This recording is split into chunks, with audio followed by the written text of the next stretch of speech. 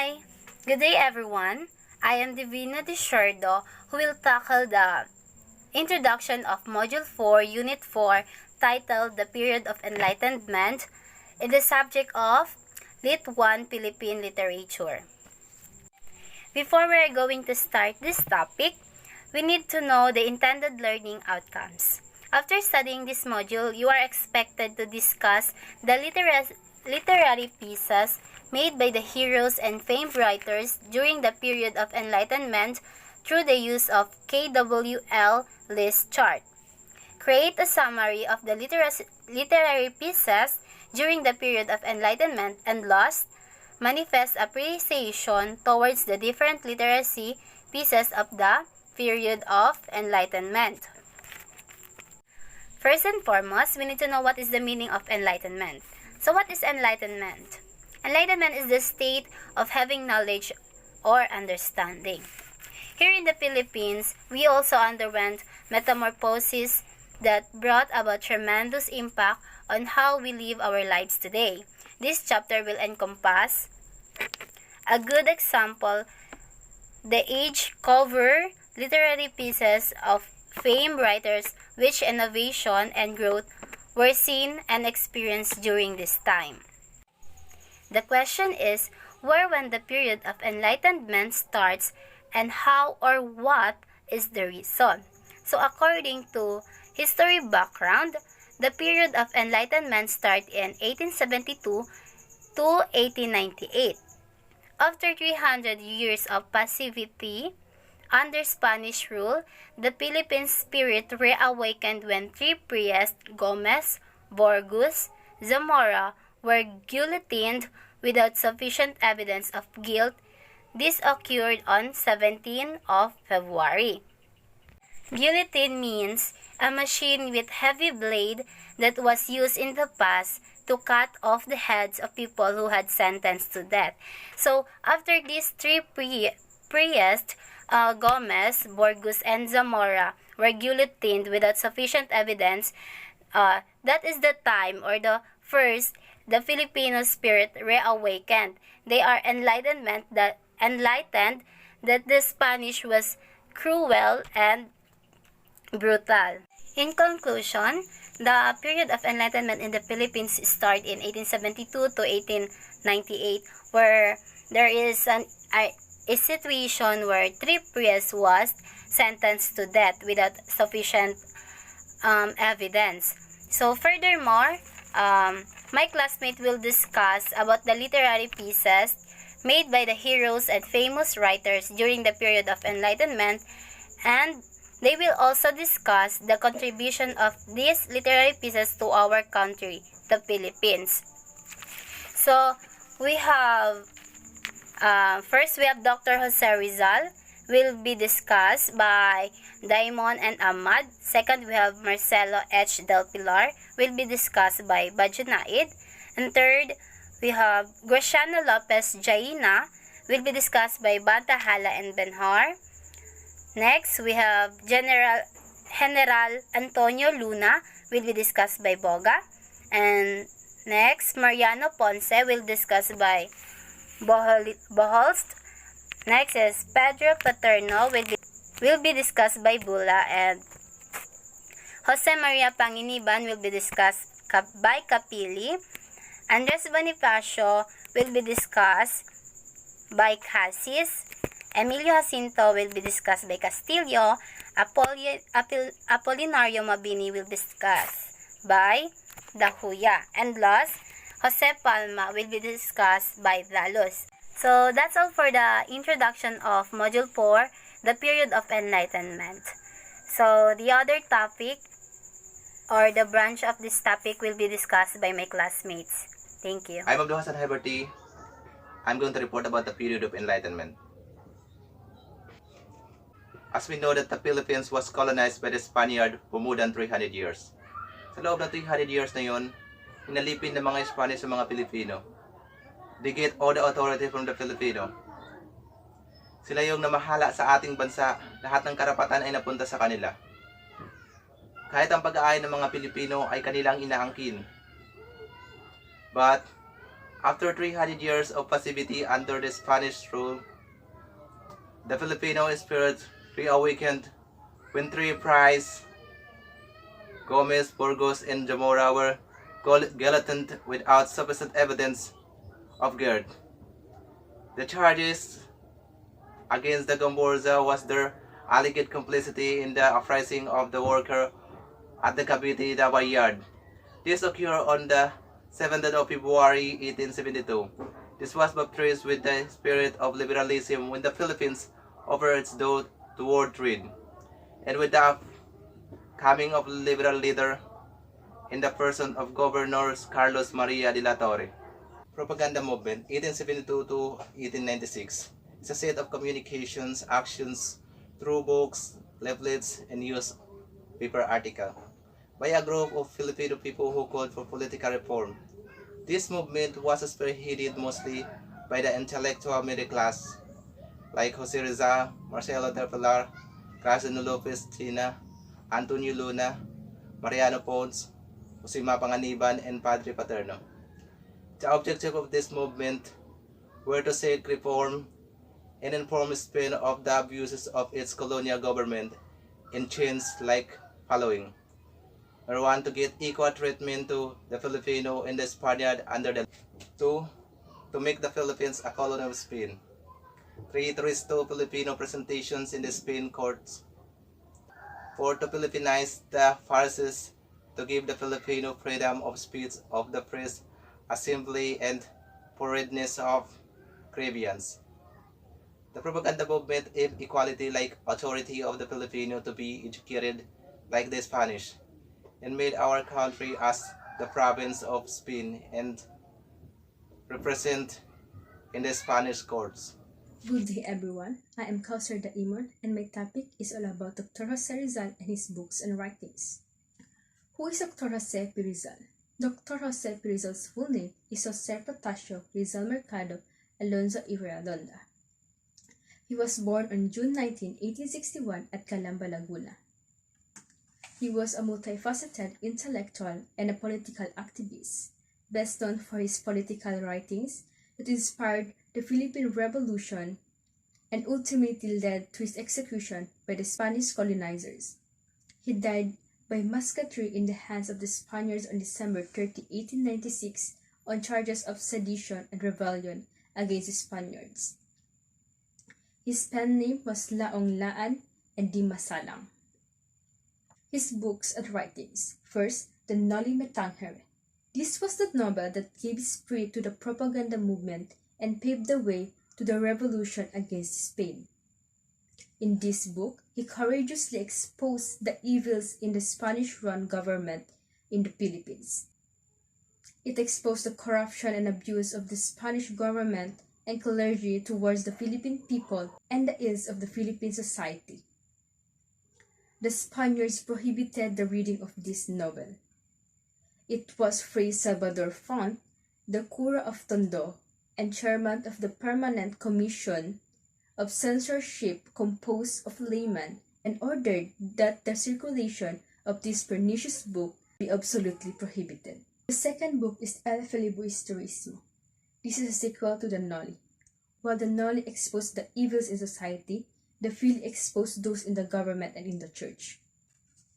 El Filibusterismo exposed the Spanish conquistadors' greed. It demonstrates how greedy, evil, and corrupt the officials are. The content of this book was deemed subversive and it raised awareness among Filipinos, resulting in an uprising. However, the Noli has been dubbed the novel of society, while that of Fili is that of politics. The story of Noli Me Tangere and El Filibusterismo send a societal message that citizens should be the leaders of their government, not the other way around. That strength is found in the number of people who want to change something or give voice to those of victims of injustice. The next one is Mi Ultimo Adios, or My Last Farewell. It was a poem by Rizal while he was incarcerated at Fort Santiago, and is one that can compare favorably with the best in the world. The piece was one of the last notes he wrote before his death, and another possible poem was written in a piece of paper hidden in Rizal's shoes, but the text became unreadable, so its content remains a mystery. It was only after his death when his name was affixed to the poem. At the eve for his execution, Rizal wrote his final poem on a single paper revealing his strong nationalism and unwavering love for his country. The poem consists of 14 5-line stanzas and was written in Spanish. It was later received by his family hidden inside a small alcohol stove. Originally, Rizal did not give a title for it, and it remained a title. By virtue of logic and literary tradition, it will be titled by the words coming from the first line of the poem itself. Mariano Ponce had the poem published in Hong Kong and gave it the title Mi Ultimo Pensamiento. Father Mariano da Canay, a Filipino priest, gave the poem the title Ultimo Adios, so the poem came to be known as Mi Ultimo Adios or My Last Farewell. The fourth one is Sobre la Indolencia de los Filipinos, or On the Indolence of the Filipinos. It was an essay on the so-called Filipino indolence and an evaluation of the reasons for such allegations. It was written in response of the charge that Filipinos were lazy and preferred to gamble their money rather than work on the farm. He began the essay by describing what the Philippines were like before the Spanish arrived, citing the Pigafetta and Morga, among others, to describe the abundance of the islands and the natives' diplomacy when trading with foreigners. Then Rizal explained how the Spaniards reduced the Filipinos' idiocy when they came to conquer the country. The fifth book is Filipinas Dentro de 100 Años, or The Philippines Within a Century, an essay predicting the increasing influence of the U.S. in the Philippines and the decreasing interest of Europe here. He left an indelible mark on the Philippines, both in terms of how our country was at that time he wrote it, and how he sees it evolving in the future. The future has arrived, and some of his predictions have come true. The Philippines Within a Century was a series of articles written by Rizal from September 30, 1889 to January 18, 1890, in which he demonstrates historical erudition and profound understanding of what would happen if the status quo was not changed. Scholars believe that the conclusion of this article is highly prophetic. Rizal exemplified the vicious process used by colonizers to subjugate the people by corrupting and manipulating their virtues. And that will be my report. Thank you. I am Patricia Lenilangdad from Group 1.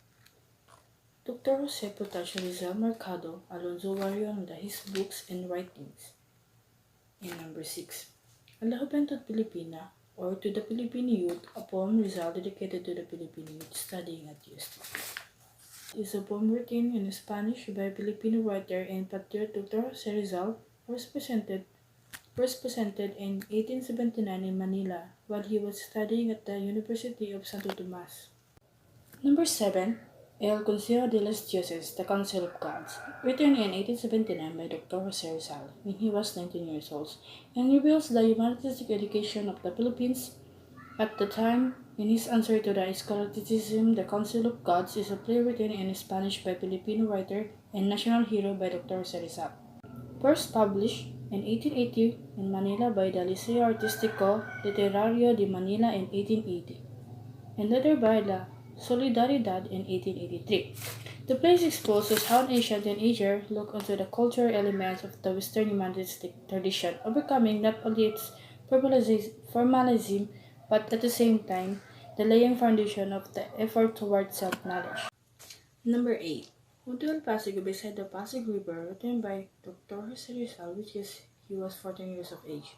Junto al Pasig, beside the Pasig River was stated by the Academy of Spanish Literature members on December 8, 1818. Rizal wrote it to honor the Nuestra Señora de la Paz by Buen Viaje de Antipolo, or Our Lady of Peace in Good Voyage. He wrote Junto al Pasig, and it was stated during 1880. Number 9. Mi Fidem Versus, or You Ask Me for Verses, by Dr. Jose Rizal in 1882. So Dr.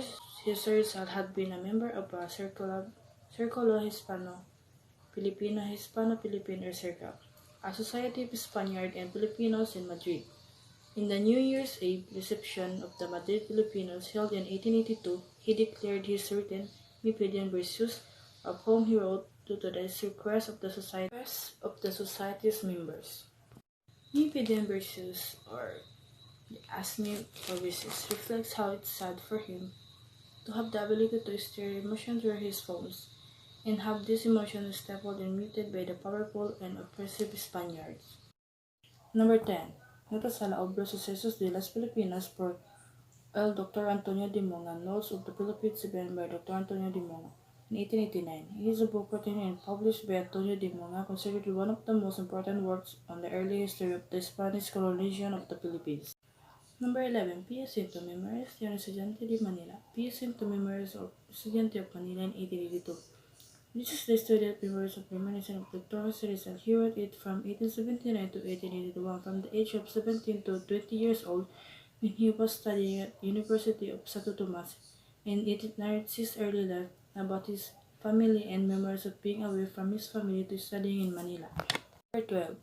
Diario de Viaje de Norte America, or Diary of a Voyage to the North America by Dr. Jose Rizal, composed the poem to the Filipino youth, dedicating to the youth of the Philippines. He wanted to the Filipino youth to use their capabilities, talent, and skills to stand out not only for their own praise and success, but also for the praise of the success of their own motherland of the Philippines.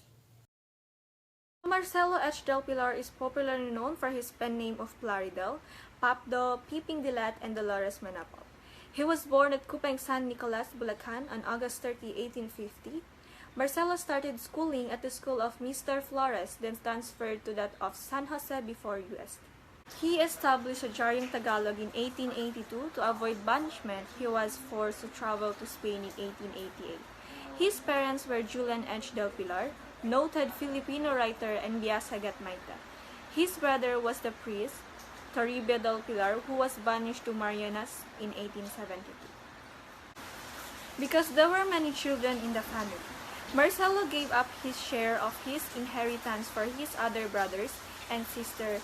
His last year in law school was interrupted for 8 years after he had quarreled with Spanish priests during a baptism at San Miguel, Maria in 1880.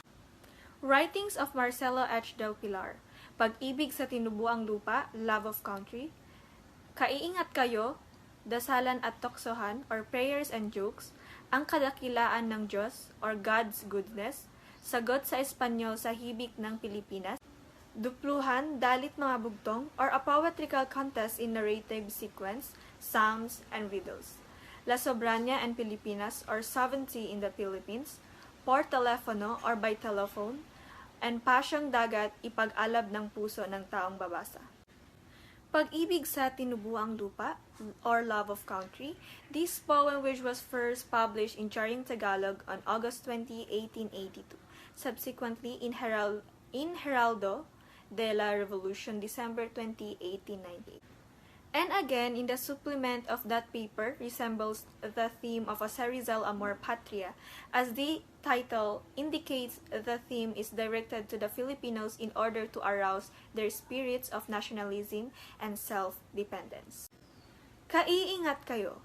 Ang sanaysay ni Marcelo H. Del Pilar na pinagatang Kaiingat Kayo ay tumaga na kakikitaan ng panunuligsa kung saan ipinakita ang kalagayan ng Pilipinas sa panahon ng Kastila. Naipahayag dito kung paano ang mga praile ay nagamit ang pangalan ng Diyos para sa kanilang pansariling kapakanan at kapakinabangan. Dasalan at Toksohan, or Prayers and Jokes, Barcelona, 1888. This is a satire on the friars' hypocrisy, licentiousness, and greed, which consists of parodies of the sign of the cross, the act of contrition, the Lord's Prayer, the Hail Mary, and the Catechism. Rizal considers this as a model of classical prose and excellent example of Tagalog humor, wit, and sarcasm. Ang Kadakilaan ng Diyos, or God's Goodness. Published in Barcelona, it was also like a catechism, sarcastically aimed against the parish priests, but also contains a philosophy of the power and intelligence of God and an appreciation for and love for nature. Sagot sa Espanyol sa Hibik ng Pilipinas, or Answer to Spain on the Plea of the Filipinos. A poem pleading for change from Spain, but that Spanish is already old and weak to grant any aid to the Philippines. This poem is in answer to that of Hermenegildo Flores Hibik sa Pilipinas. Dupluhan, Dalit Mga Bugtong, or a poetrical contest in narrative sequence, psalms, and riddles.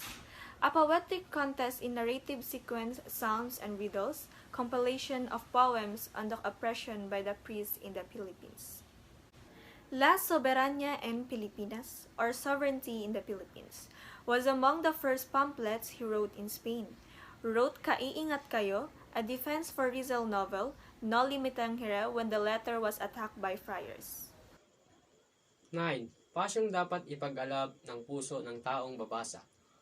Passion that should arouse the hearts of the readers.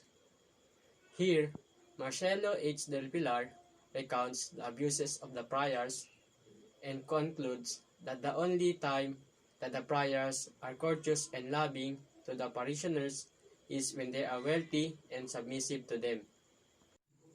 Graciano Lopez Haina was born in Haro, Iloilo, in the Capitancy General of the Philippines in the Spanish Empire, on December 18, 1856. He was the son of Placido Lopez and Maria Jacobe Haina. He was a Filipino journalist, orator, reformist, and a national hero who is well known for his newspaper, La Solidaridad. He wrote 100 speeches which were published by Remigio Garcia. He was studied at Seminario de San Vicente Ferrer and also wants to become a doctor. Graciano Lopez Haina pursued his medical studies at University of Valencia but did not finish it. His books and writings are Ang Prior Botod, means Bundat na Paring Espanyol, one of his works written in Haro at the age of 18. The story of Fray Botod by Graciano Lopez Haina portrayed an early Spanish priest from the colonial era of the Philippines as the greedy, corrupt, hypocrite, gluttonous, and lustful. As a form of propaganda and protestation, his work aimed to expose these horrendous characteristics of the abusive priest. Fray Botod means big-bellied friar, pertaining to the nickname of the main character in the story. La Hija de Fraile, it means the child of the friar. And everything is humbug, means everything is mirhao. In this literacy piece, in which Haina explained how the friars treated the Filipinos and explained the tragedy of marrying a Spaniards. Third, sa mga Pilipino, 1891, a speech aimed at helping Filipinos become more free, prosperous, and capable of defending and enjoying their rights, in addition to improve the condition of Filipinos' life and become progressive. Fourth, Talumpating Paggunita kay Columbus, an oration to commemorate Columbus, is a formal speech that shows respect to Columbus. He delivered the speech in Madrid on the 39th anniversary of the discovery of America. Good day everyone, my name is Lizaline J. Banhar from BSCE-1A. So I am assigned to report some books and writings of Graciano Lopez Haina 1856 to 1896. 5. En honor del Presidente Moraita de la Asociación Hispano-Filipino 1884. Is this literary piece in which tells that Haina praised Jan Moraita for his equal treatment of Filipinos. 6. En honor de los artistas Luna y Resurrection Hidalgo is a sincere expression of praise for the paintings of the Hidalgo and the condition of the Filipinos under the Spaniards. 7. Amor a Español a las Jovanas de Malolos, love for the Spain or the youth of Malolos. The theme is about how girls were taught Spanish and schools and whose teachers were the governors general of the place. 8. En Bandalurismo and Filipinas. Banditry and the Philippines. Haina refuted the existence of banditry and the Philippines and how there should be laws on robbery and other reforms. 9. Honor and Filipinas. Honor in the Philippines. The trumpet exposition of Luna Resurrection and Pardo de Tavera of the thesis that intellect of knowledge gives honor to the Philippines. 10. Pag-alis ng buwis sa Pilipinas, abolition of taxes in the Philippines. And the last one is institusyon ng Pilipinas, suffering of the Philippines. Hannah refers here the wrong management of education in Philippines 1887. Good afternoon, everyone. I am Arvin John B. Boga, and I will be tackling about Antonio Luna and his works.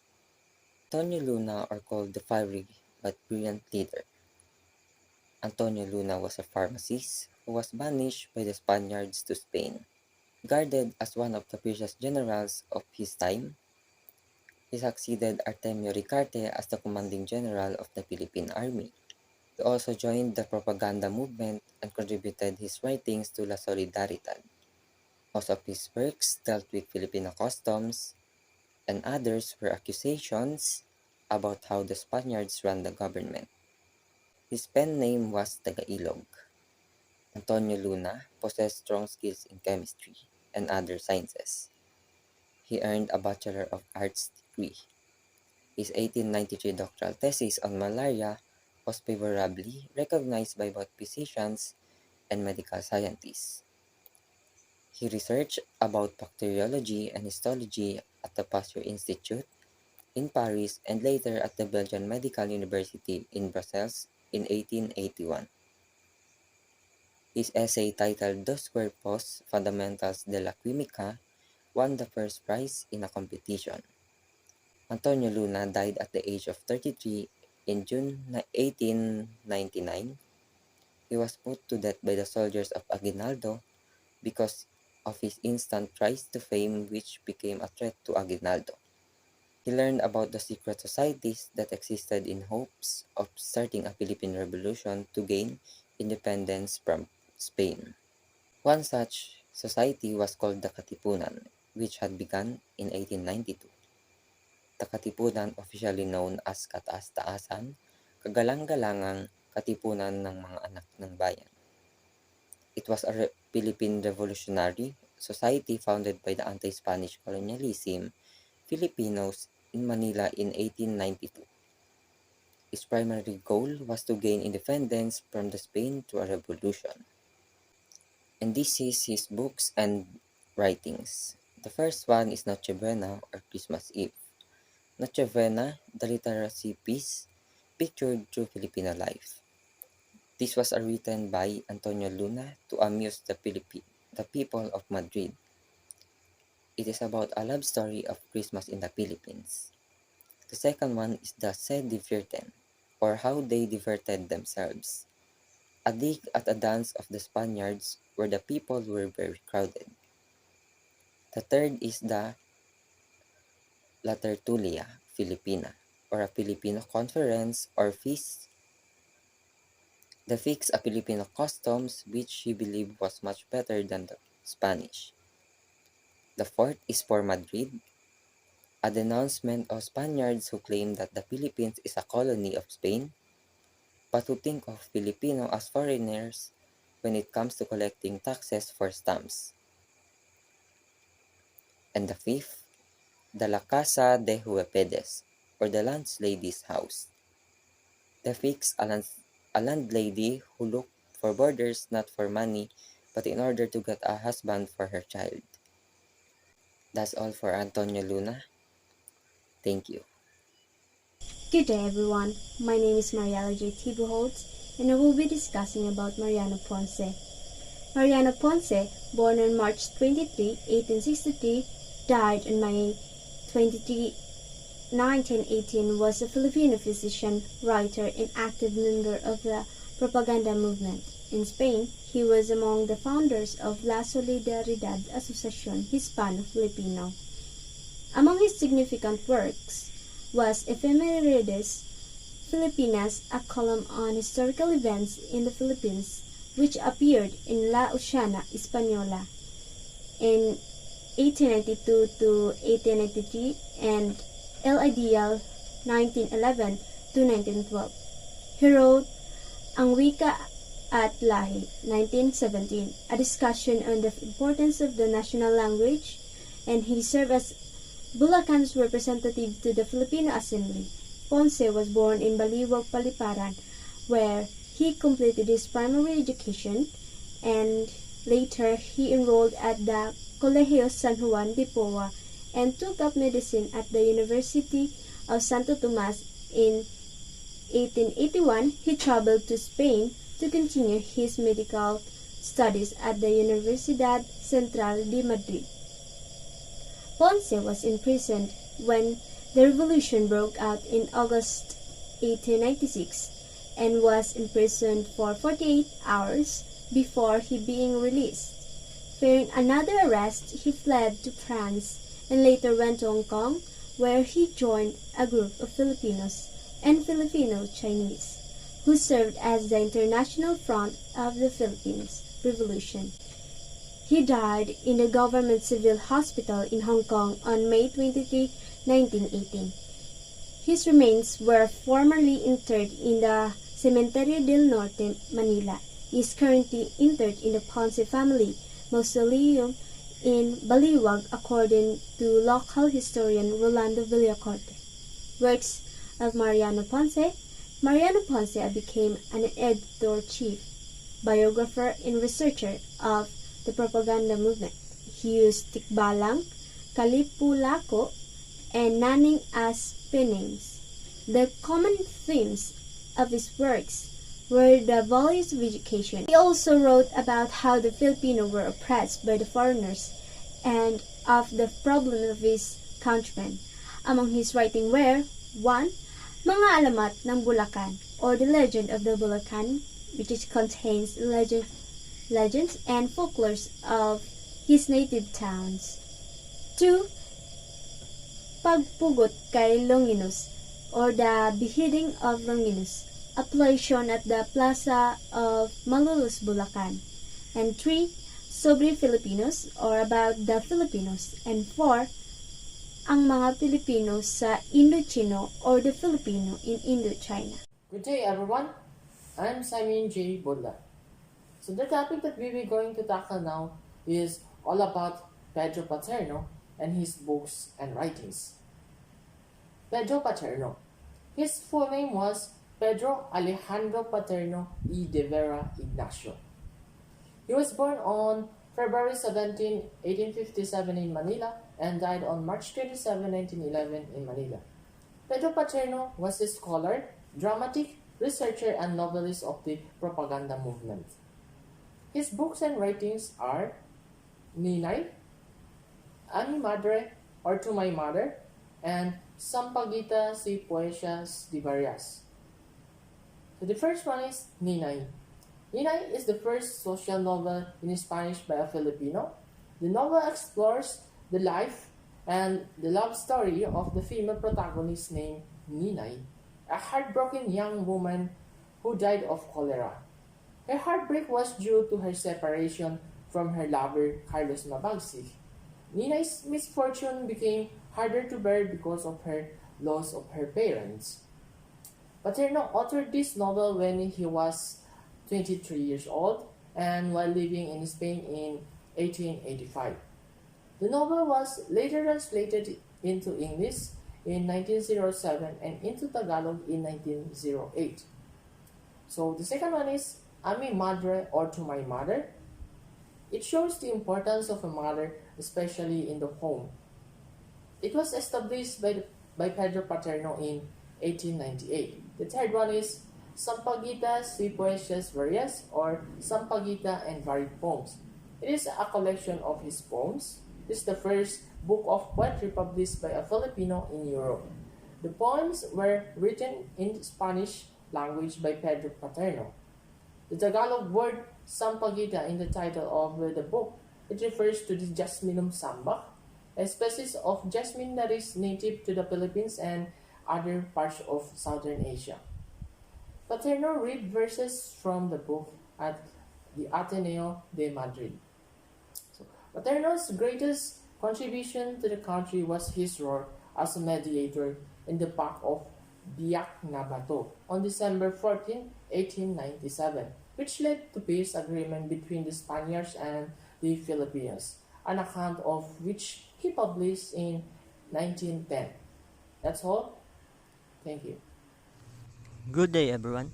I'm Ronald Vincent Capili from BSCE-1A. And on this video, we will talk about Jose Maria Panganiban. But first, who is he?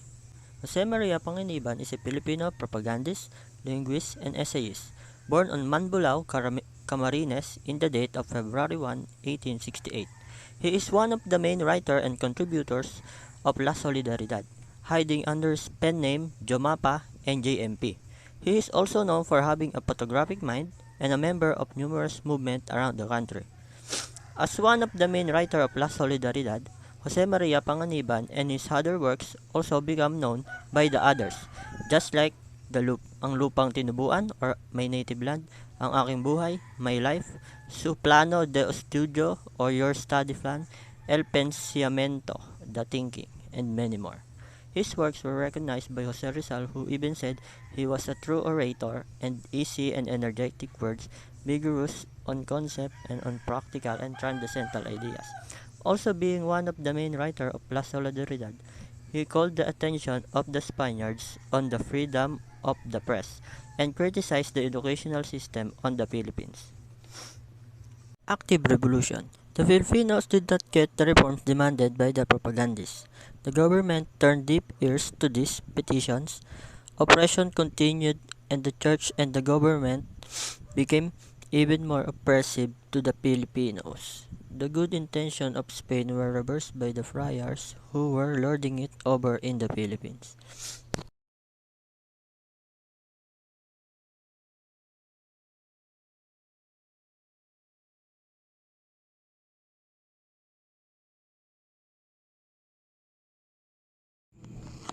Hello ma'am, good day po. My name is Shakor Escasis from BSCE-1A. Now I'll be going to discuss and share you some ideas about Andres Bonifacio. So the full name of Andres is Andres Bonifacio E. de Castro.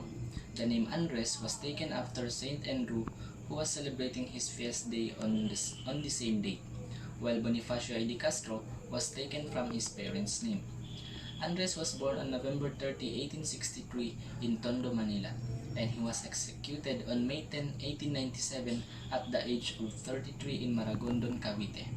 He was attended Guillermo Osmeña's private school and studied English while working at clerk messenger in a British firm.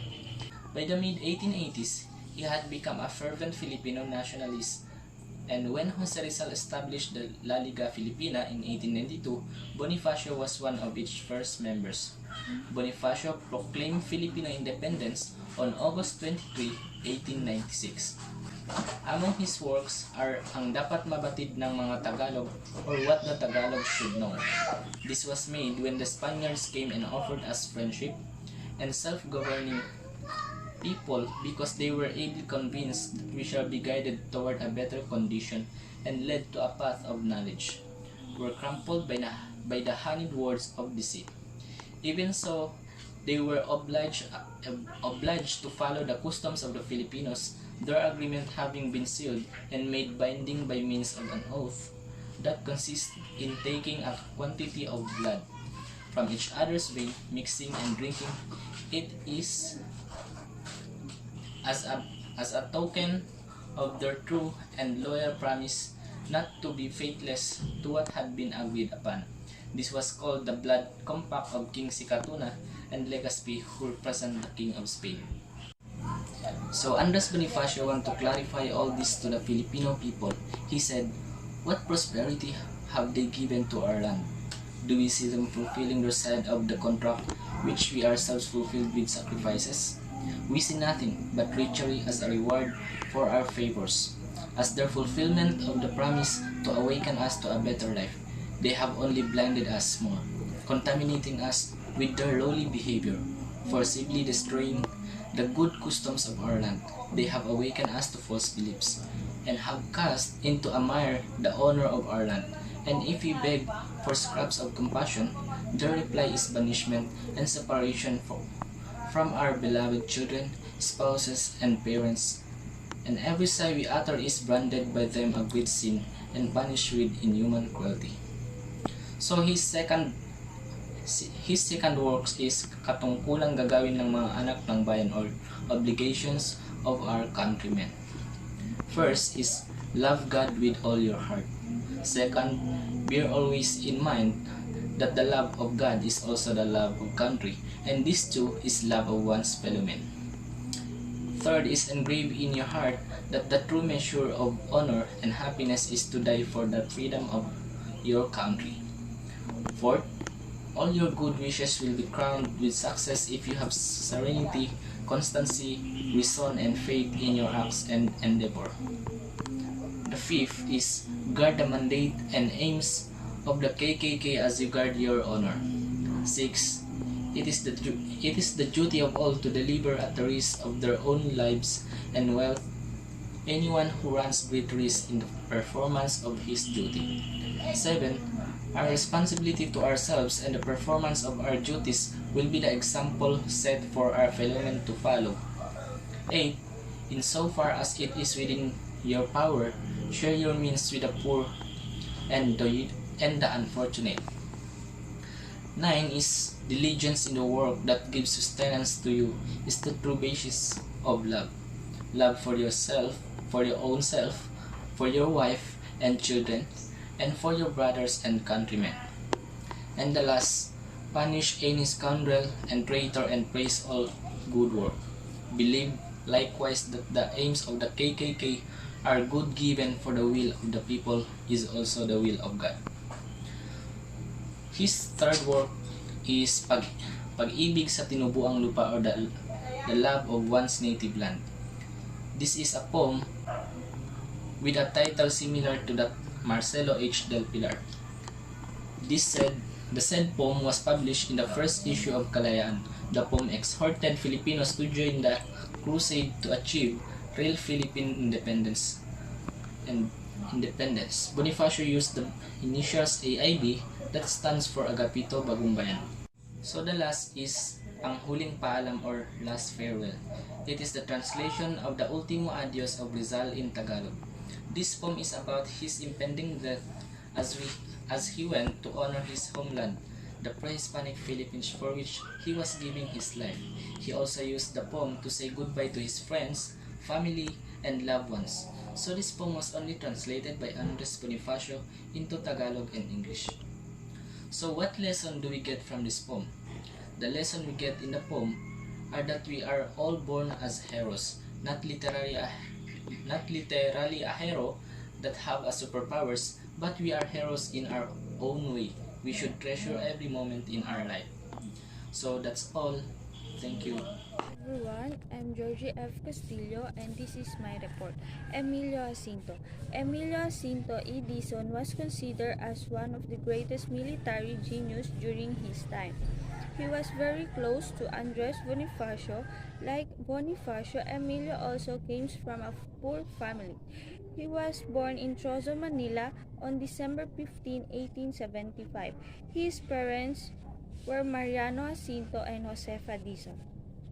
Despite being orphaned, he managed to send himself to Colegio de San Juan de Letran. He was also able to study law at the University of Santo Tomas, although he was not able to finish it because his Spanish classmates often abused him. Emilio was 19 when he joined the Katipunan. He was known as the brains of the Katipunan. He was known as the brain of the Katipunan when it comes to military matters. His book entitled Cartilla was the one used to the Katipuneros as their guide in fighting the Spanish colonizers. It contains the constitution and bylaws of the Katipunan. Reading books was one of the Emilio's greatest passion. One of his favorite books was the one about the French Revolution. He also has in his collection a book on how to make gunpowder and dynamite. He also learned quite a few things about the art of war, military strategies, and ways of making weapons of war. Liwanag at dilim, light and darkness. He discusses how the enlightened mind or darkness has covered on social and whiteness or immortality, an archipelago that is seeking enlightenment or light. Liwanag at dilim has 8 sections including ang ningning at ang liwanag, or glitter and light. Glitter hurts the eye and deceives. light, favor sights, and show things as they are. Ako'y umaasa, hope. Kalayaan or liberty is the attribute of man from the moment he is born. Thanks to it, he thinks and does as he pleases, provides he do no harm to another.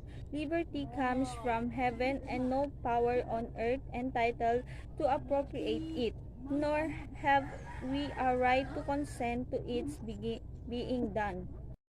Ang tao ay magkakapantay, equality of the people. All men are equal. The origin of all is the same. Christ said, "You are all equal, you are brothers." Ang pag-ibig or love. Of all human sentiments, none is more sublime than love. Love for the fellow man, without it, the people would disappear from the earth, and the communities, the associations, and life itself would resemble the day leaves of the tree swept away by the mind.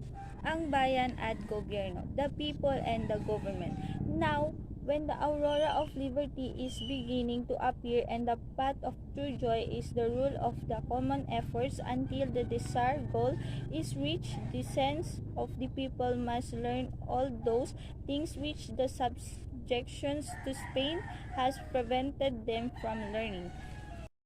Ang maling pagsasampalataya or false belief. By false belief, we wish to say a blind belief in what and says. False belief is not only contrary the common sense, but also to the will of God, who endowed man with intelligence wherewith to distinguish the true from the untrue, the reasonable and the good from the bad.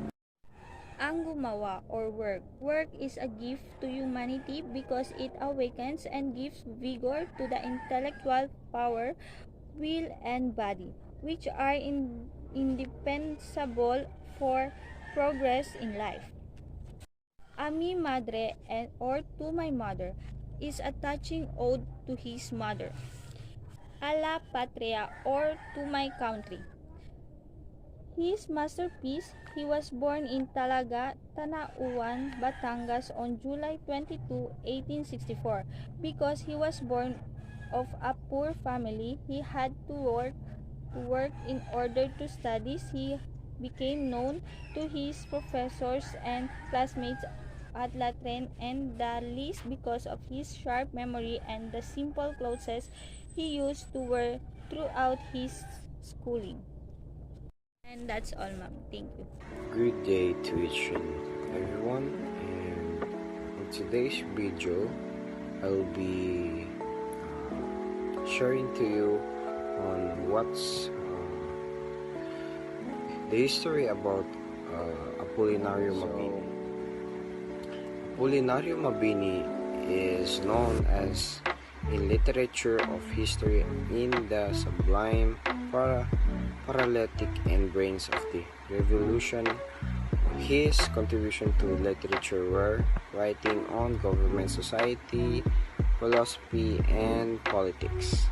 So here are some his works, his best works, and it is four of them. We have four of them.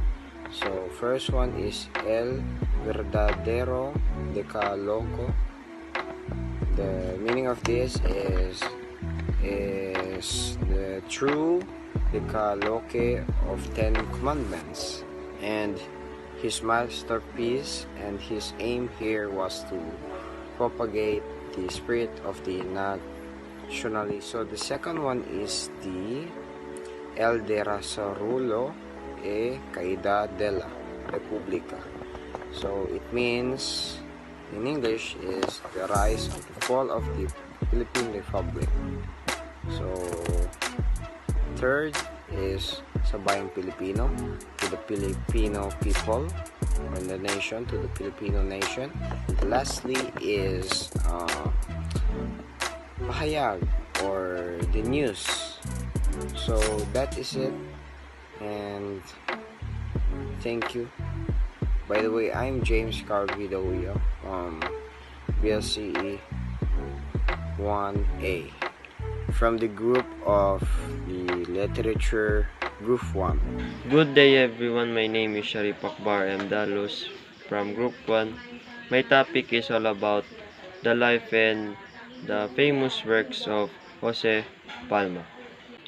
Jose Palma was born in Tondo, Manila on June 3, 1876, the youngest child of Don Hermogenes Palma. After finishing his primera enseñanza in Tondo, Palma continued his study at Ateneo Municipal.